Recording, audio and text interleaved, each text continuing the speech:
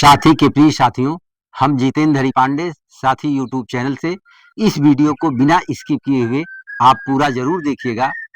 हमारे साथ पिछले दिनों जो कुछ मथुरा वृंदावन में घटा, उस सच को हम आपके सामने बताना चाहते हैं।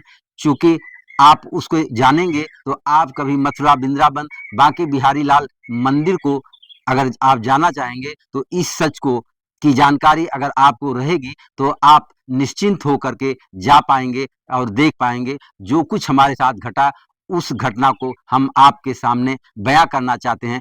चलिए जानते हैं कैसे वृंदावन बांके बिहारी लाल मंदिर में जाते समय आपके साथ किस तरह की फिरौती होती है, उस फिरौती में क्या कुछ आपसे छीन लिया जाता है और छीने गए सामान के बदले में फिरौती दे करके कैसे आप अपने सामान को वापस पाते हैं। बहुत दिलचस्प घटना है जो हमारे साथ घटी है, उसे ही आपके सामने हम बयां कर रहे हैं। वृंदावन बांके बिहारी लाल मंदिर में जब आप गलियों में जाते हैं तो कैसे आपका चश्मा, मोबाइल, हाथ में पर्स या छोटा सामान कब कैसे किस तरह गायब हो जाता है, पलक झपकते ही आपको पता ही नहीं चलता कि हमारा सामान कहाँ चला गया। साथियों, आइए जानते हैं बांके बिहारी मंदिर के पास गली नंबर 7 गौतम पाड़ा जिसे कहते हैं, आप इस विजुअल में देख भी सकते हैं।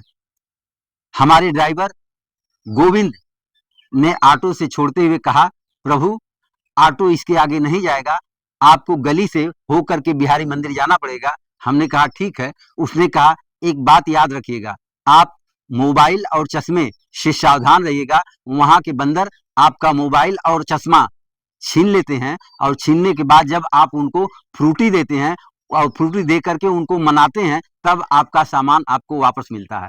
हमने और हमारे साथ यात्रा कर रहे अशोक कुमार यादव एडवोकेट जो साथ में ही थे, हमने उसको मजाक में लिया कि ऐसा यदा कदा होता होगा। और जैसे ही गौतम पाड़ा गली नंबर 7 के पास हम पहुंचे, वहां से दाएं एक मोड़ था, हम समझ नहीं पा रहे थे कि हमको दाएं जाना है या आगे जाना है। इतने में ही एक बंदर आया और ऐसा लगा कि जैसे अशोक भाई ने पीछे से हमारा चश्मा निकाल लिया हो। तब तक एक दुकानदार बोल पड़ा, आपका चश्मा बंदर लेकर चला गया।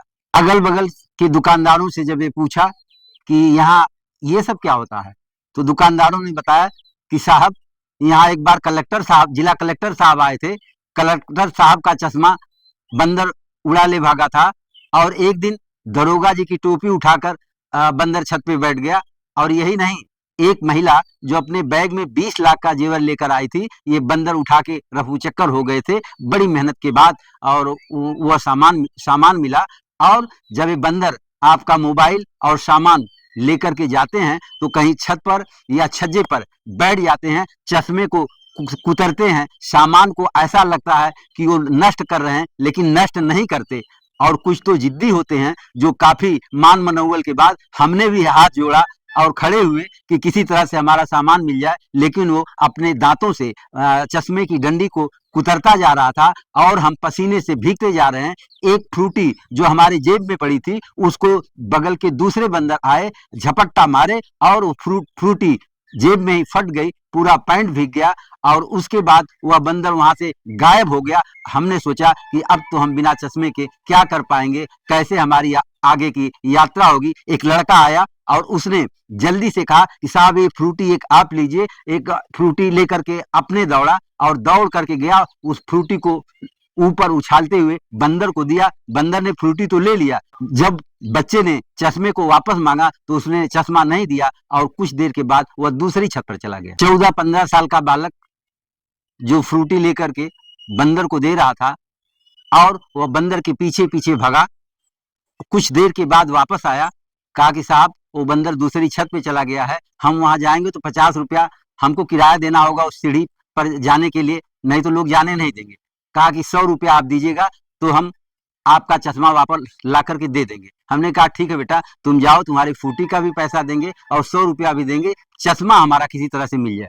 वो लड़का गया, फिर कुछ देर के बाद आया, कहा कि अरे साहब वो तीसरी छत पर चला गया है, वहां हम जा नहीं सकते और बड़ी मुश्किल से हमको जाना होगा और आप हमको 200 रुपया देंगे तो हम चश्मा लाएंगे।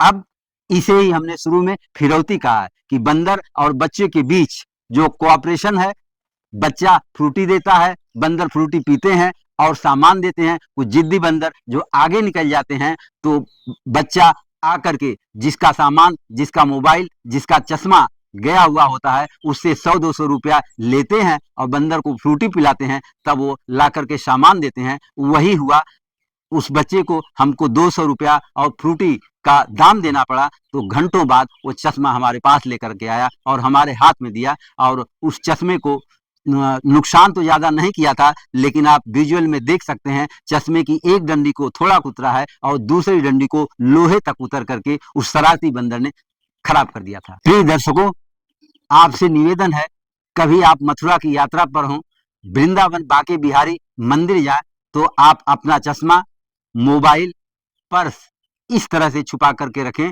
ताकि वो बंदर की पहुंच से दूर हो, नहीं तो आपके साथ भी इस तरह के हादसे हो सकते हैं। और ये हादसा आए दिन, दिन रात हजारों श्रद्धालु मंदिर में जाते हैं, और जो नहीं जाते हैं उनके साथ पल पल में, हम जैसे ही वापस हो रहे थे तब तक किसी दूसरे का चश्मा, तीसरे का चश्मा, ये कार्य बंदरों का उत्पात दिन भर ऐसे ही चला करता है। अब हम अपना चश्मा पाकर बांके बिहारी मंदिर की तरफ बढ़े।